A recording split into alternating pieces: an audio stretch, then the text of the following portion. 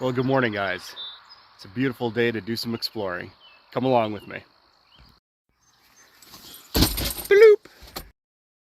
All right, dudes. So we're out in the Grand Cherokee this morning, and we're going to try to find this trail. It looks like a pretty cool trail. It looks like we got some waterfalls on it, and an old historic mill.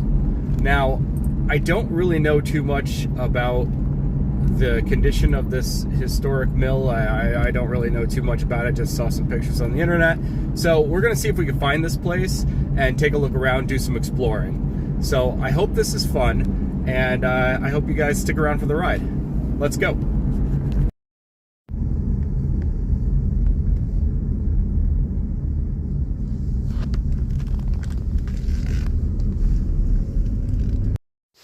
All right, dudes, here we are. We are here. We are going, all the way around here and up there to Bingham Falls. Be bear aware. Bears have been sighted here.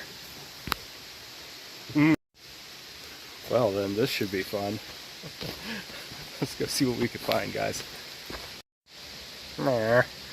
Notice a habituated black bear has been reported in the vicinity of the trail. Okay, good to know.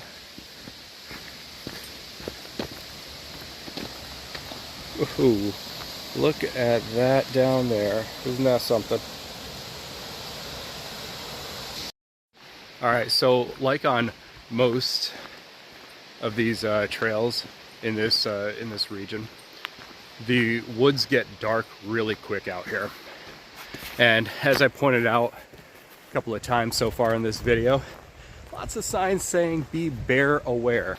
Isn't this something? Well, wouldn't you know it, this wasn't very difficult to find at all, in fact. Goodness, it looks like somebody's house. Well, it's well taken care of. Let's get a closer look. Holy cow. Look at those locks. You ever see a lock like that? Ain't going anywhere. Oh. Look at that. The wood is just, it's like a bow tie. Yeah, it's designed to tie in these pieces and secure the two separate elements together. Take a look at that from a distance. Look at that. It's basically tying in this side and this side. It's one piece. And it's all super well fitted. Look at the fit on that. That's incredible. Yeah, more of these locks. These locks are so robust. And you got a simple hook and eye lock. But yeah, that's an actual shutter. It's that's not made for aesthetics. Those shutters are made to protect a window. You can also take a look here and see the fieldstone foundation. I don't know if this building itself is original. I'm of the mind to believe that it is, and it's just had some restorative upgrades. But yeah, let's take a look at this. It looks like it's like a surface burning process to protect the wood. But also, let's take a look at how this is formed. Look at the construction there. Triangle on top of triangle on top of triangle, fitting this corner in. And right down to that cement, mortar, and fieldstone foundation. Look at that. Yeah, it all seems to have this scorching on it, and I'm of the mind to believe that scorching is done to protect the wood and give it a longer lifespan. Huh. And over here, coming to the front door, massive stone right before the door. The door, we have a screen door, again with these hinges that were obviously wrought iron, made over 100 years ago by hand. And again, we have these bow ties again all around the frame of the door. Take a look at this. This is a little lever lock. The finger piece is covered in like a tar coating. You just push the lever up, it locks, it's open, and there it is. Let's take a look here. Wow. This is a beautiful, God, beautiful, beautiful enclosure here. Holy cow, to live here. Imagine living here. Wow. So this is an incredible like mudroom or porch area outside of the actual cabin itself right behind me. So we have looks like a Dutch door, two-piece door here. Again with these old hinges and latch locks. And then all of this gorgeous wood. I want to show you something really clever here on the screen door here. So screen door has a rope going across here on a little pulley and down to a weight. So the door doesn't need a spring or anything to open and close it and keep it closed. It just relies on that weight as a counterbalance. Watch this. Door opens, weight goes up. Door closes, weight goes down. And it's enough weight just to keep the door closed and, still enough weight to, easily open it. It's really kind of neat. So according to some of the research I'm reading from the inside there's an infographic. Apparently this is a stain. It's not actually burned wood, although it really does look like that when you look at it up close. Apparently it's a stain that they put on it to protect it. Now the building itself is apparently built in 1935 and restored in the early 2000s. About 2006 they got a grant to start rebuilding this building, which was here for, at that time, nearly 100 years, 80 years at that point. And yeah, and this is what we have here. So yeah, it's there's a lot of really neat little architectural cues in it, such as these little interlocking triangles over here on all of the corners, and the bow ties to hold the structure together. So it's a really neat place. Again, like if we take a look around us here, rewind the time 100 years ago, this is quiet as it is now. It was for sure even more quiet. There would have been even less around than there is now. Oh, that's cool. And out back, so we have a rocky hill right here, and right here it's cut out, and this is the plane that the building is built on. Let's get up on the rocks a little bit and take a look at the back here. This place is absolutely gorgeous. Look at that stone fireplace there. It looks at some point they put in a skylight.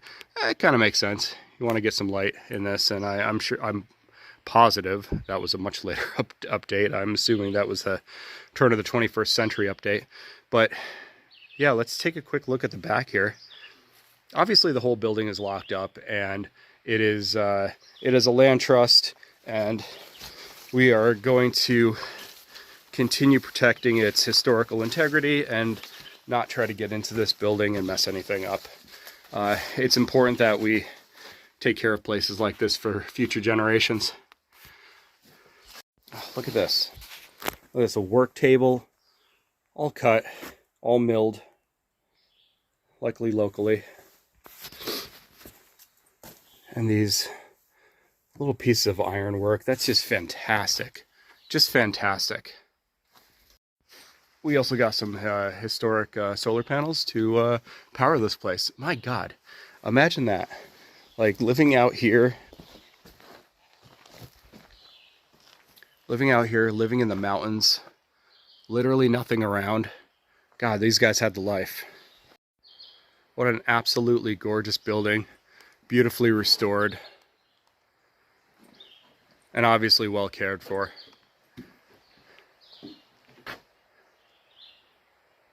What a cool piece of local history.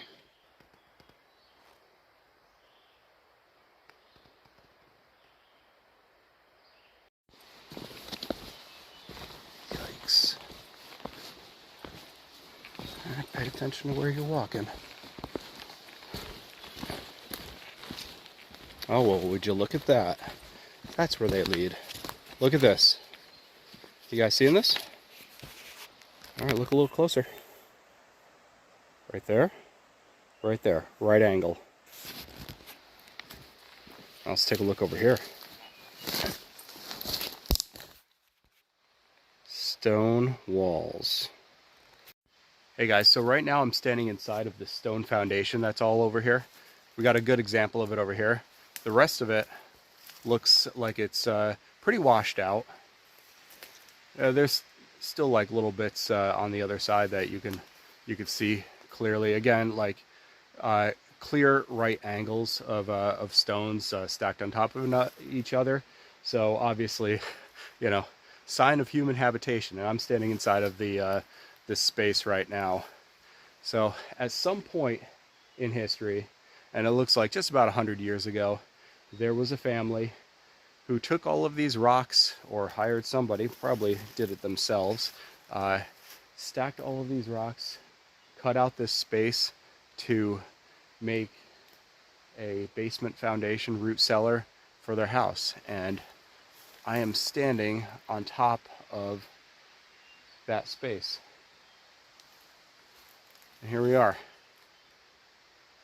all out here in the middle of nowhere. No one else to rely on. Just you, your family, your offspring, and that's it. That's all you got.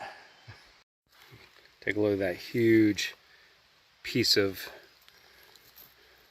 I think it's quartz, or yeah, it's quartz. It's a big piece of milky quartz. Now for scale here, this stone wall is about shoulder high to me. So that's a lot of, this is a lot of really big rocks. And I got a big head. These rocks are bigger than it. These things, they gotta weigh hundreds and hundreds of pounds. To move these into position and to stack them like that is quite a feat. That's quite impressive. And these are simple people. Nobody's got an engineering degree to do this. They just saw what needed to be done, and they just did it. They did it out of necessity. They did it because this is how you build something that lasts generations. You do this. Rock lasts forever. So here we are on the outside, looking in on this old foundation. Now, according to the map, there are actually two foundations there. And as I'm walking, I think I found the second one here. And this one is much clearer in definition and a lot bigger. So let's turn around and take a look at this. Look at that. Wow. All right, guys, let's walk in. By the way, these stones right here are over 6 feet tall. I'm just about 6 feet tall. They're higher than me.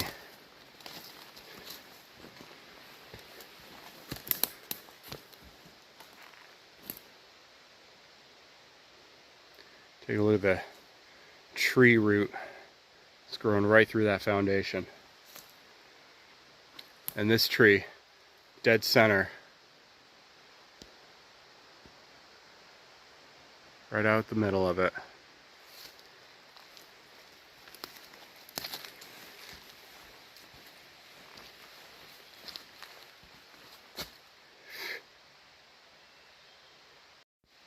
These are massive, massive rocks.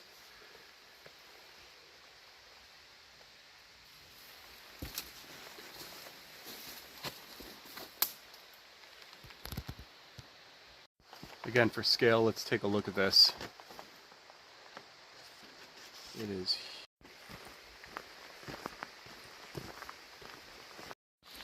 So a little bit of context for the cabin that we just visited.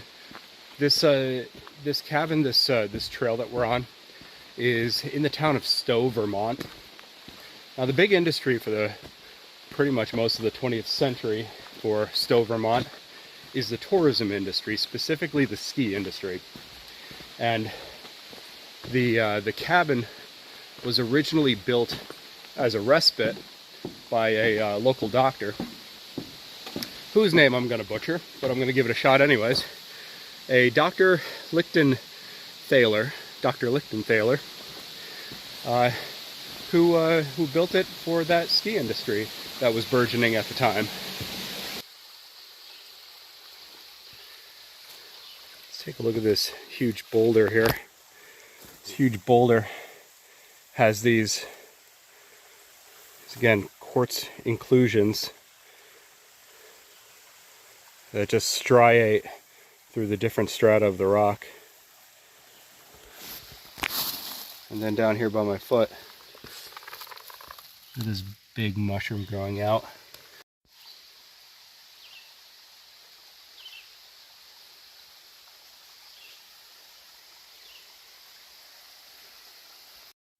Let's take a little side quest.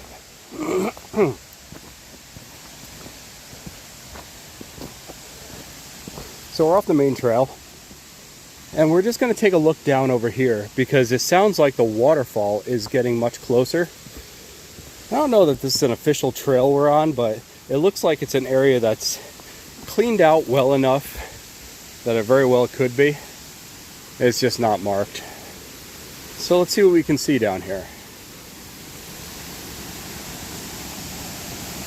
Whoa, okie dokie. I'm glad I came this way. Holy cow. We are right on the edge of a cliff. Jeez. Look at that.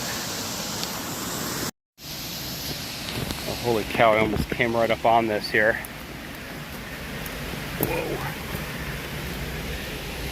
So, this is a little rocky outcropping I'm in right now. Trying to get a good angle on this. Look at how the water has cut out like a bowl right there. And then there's the actual waterfall. And a slick, shiny rock there. That's very interesting as well. Now here's something interesting that I came up on. So we got a little fire here. Let's take a look at this rock though, this big boulder here.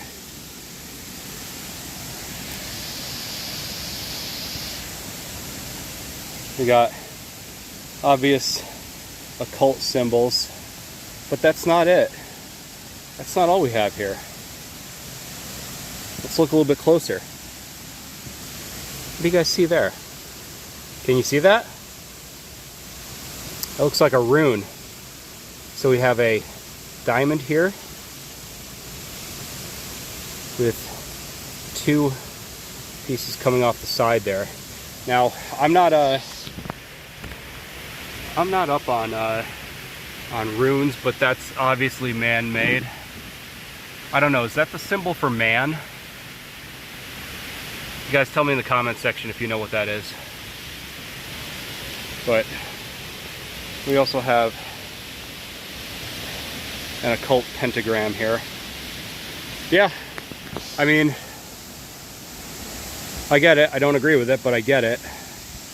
Here we are on the edge of a waterfall. A lot of natural earth energies. I can see why this is here and why this exists.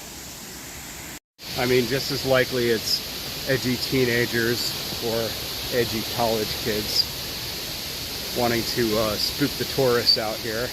Either way, I don't like the idea of playing around with magic. Oh, holy cow, guys, you gotta see this. Whoa! Whoa, whoa, whoa.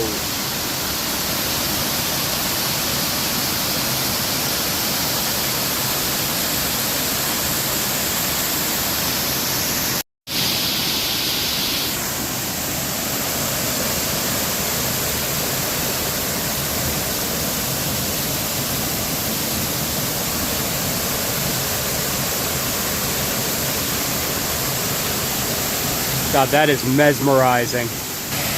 Wow, you stare at that water too long and you will forget yourself. I'm right on the edge of this cliff right now, and if I wasn't holding on, my eyes just keep drawing me back into this waterfall, and my head is following my eyes. I could have just tipped myself right over the edge of this. Let's take a look at the water action here. Look at what the water has done. Created these little funnels, these little bowls. All of these polished areas on these rocks.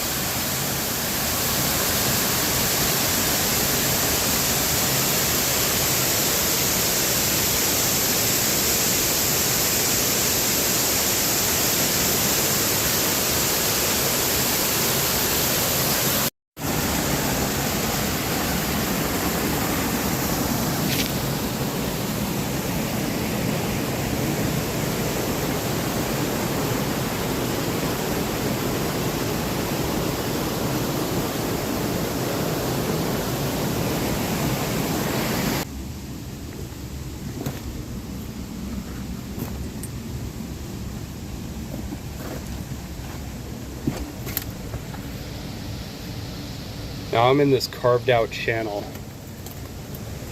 in between these two rock faces.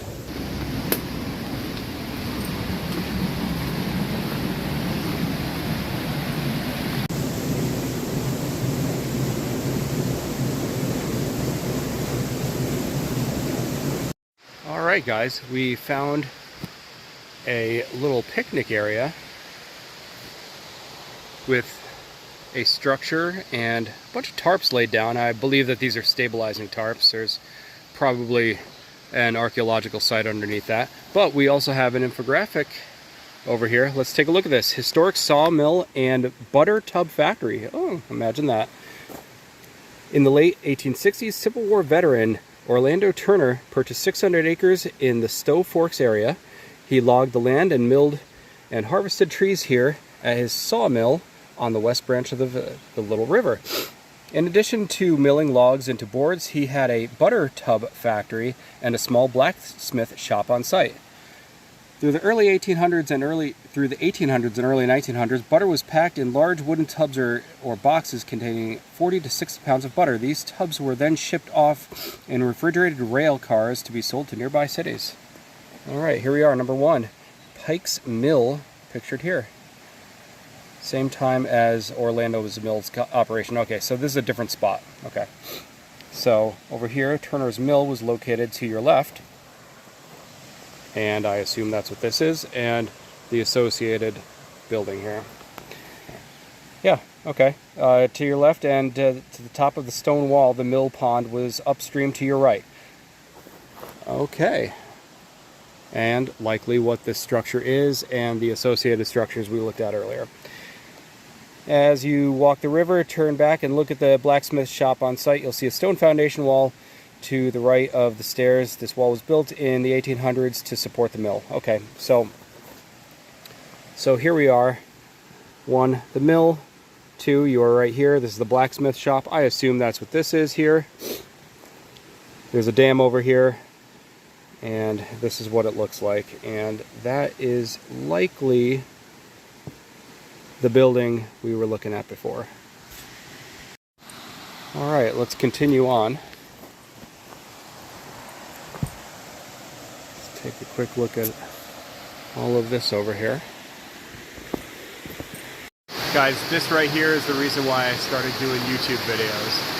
This is the reason for my channel, is I wanted to get out here and explore places like this and show them to the world. I hope it inspires you to do the same. I hope you guys get out there and explore your world and find something cool. Find something you've never seen before. Get a chance to touch it firsthand. Hey guys, so while we're here, we're going to take us a little break. Remember, hydration is important, so always bring your water with you.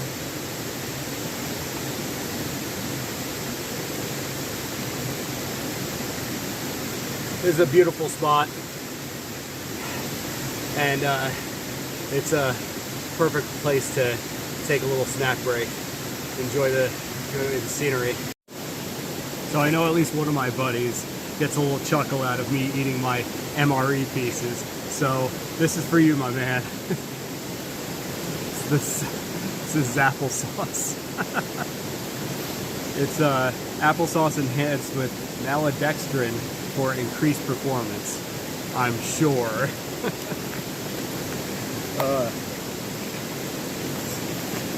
Ken, the Buck 110 auto knife.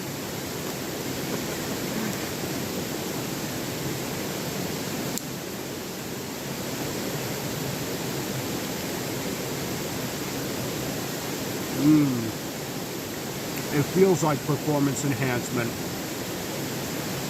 Thanks, Pete Hegseth. So imagine 100 years ago, 150 years ago, you were living in this area. Understand that you are in the mountains up here. You are in the remote mountains. There isn't really any large areas of civilization around for miles.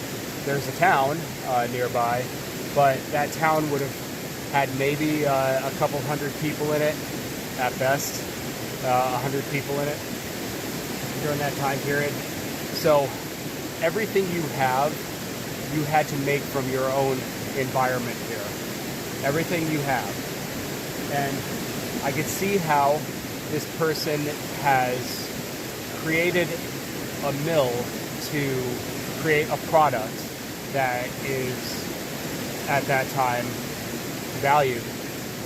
But in addition to having that mill where they develop something, they make it and they sell it out to the cities, in addition to that, they also needed a blacksmith shop on site. Now I want you to think about that. All of the things that you need to render anything in modern society comes from steel. First order is steel and wood. And you got this entire forest here that you can mill for wood to create your house, to create plaster for your house, to create every working surface or living surface that you are going to need in your life. You are going to make it out of the wood that is all over this mountainside. But you live in the industrial age.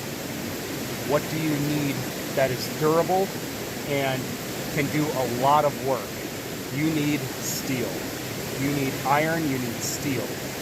So you need a blacksmith shop. You need a blacksmith. And again, I'm going to guess and say the nearest blacksmith isn't for miles. Isn't 4 miles from this place.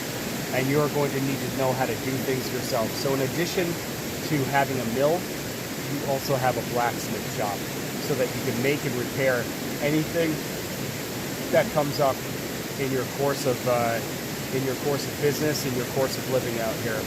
Everything you must do yourself, including fixing and mending anything that's metal. So imagine not only having one specialized skill to have a mill here that people value, but also being a blacksmith. 2 specialized skills that the world revolves around. You can't have anything in the modern world without this basic stepping stone first. That's remarkable. Our ancestors were commendable. We really got to hand it to them. They were industrious people, and they made a society from nothing. You see all these raw materials here? They were here for thousands of years. All of these rock, stone, wood, iron from the mountains, all of that. That's all been here for thousands of years. But it took people who were smart enough, capable enough to render those things and make a world out of it, make a society out of it. These pioneers, we owe everything to them. Guys, if you like my little adventures, getting out and exploring the wilderness, finding old historic sites, and going on road trips to them, please like, comment, and subscribe. I'm a small YouTuber, and as such, I don't get a lot of traction. OSHA violation. Whoop. One must hand it to the good doctor. She picked a hell of a spot to set up camp.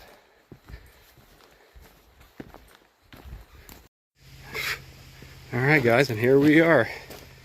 Hey guys, made it back home safely.